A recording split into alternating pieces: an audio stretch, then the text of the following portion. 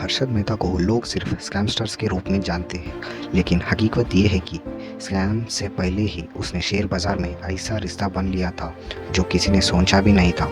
आज हम बात करेंगे उन हिडन स्ट्रैटेजीज की जिनके दम पर हर्षद मेहता बना था इंडिया स्टॉक मार्केट का असली बिग।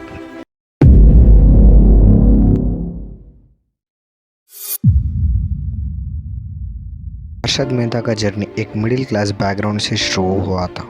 मुंबई स्टॉक एक्सचेंज में जॉबर, एक तरह का मिडिलमैन के रूप में उन्होंने एंट्री की।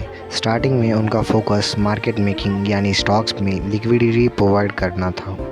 छोटे मार्जिन पर स्टॉक्स बाई और सेल करते वो प्रॉफिट बनाते थे और दिन के एंड तक अपने पोजीशन स्क्वेयर ऑफ कर देते। ये थी उनकी बेसिक ट्रेडिंग स्ट्रेटजी। वो ब्लू चिप कंपनीज पर नज़र रखते थे जैसे एसीसी विडोम।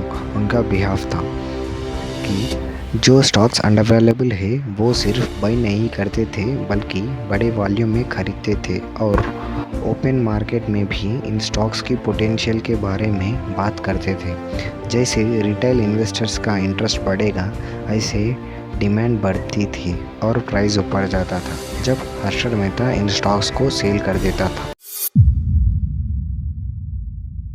एक और इम्पॉर्टेंट स्ट्रैटेजीज थी उनकी रिसर्च और एनालाइज। वो मार्केट ट्रेंड्स को समझने में माहिर थे। उन्होंने जल्दी ही रियलाइज़ कर लिया कि ट्रेडिशनल जॉबर से अलग अप्रोच चाहिए। उन्होंने अपनी खुद की frame Gromor research and assistant management बनाए। वो पहले ब्रोकर्स में से थे जिन्होंने कंप्यूटर सॉफ्टवेयर और हॉटलाइंस के यूज़ किया ट्रेडिंग के लिए, जिससे स्पीड और एफिशिएंसी बढ़ेगी। और हाँ, इनसाइडर ट्रेडिंग का कॉन्सेप्ट भी उन्होंने एक्सप्लोर किया। तब इसके लिए कोई स्ट्रिक्ट क्लास नहीं थे। कंपनीज के इम्पोर्टेंट एम्प्लॉयज से कॉन्टैक्ट्स बनकर वो क्रिटिकल इन्फॉर्मेशन कलेक्ट करते थे। इससे उन्हें शेयर की प्राइस मोमेंटम का अंदाज़ा हो जाता था और वो अपने क्लाइंट्स को प्रॉफिट गारंटी कर पाते थे। लेकिन सवाल यह है कि फंडिंग कहाँ से आती थी। इनिशियली उन्होंने अपनी क्लाइंट बेस का बिल्ड किया जिसमें कई बैंक्स भी शामिल थे जो यंग लॉयल ब्रोकर की तलाश में थे। वो बैंक्स को हायर रेट्स ऑफ इंटरेस्ट का प्रॉमिस करता था और इस तरह उसमें फंड्स गैदर करता था।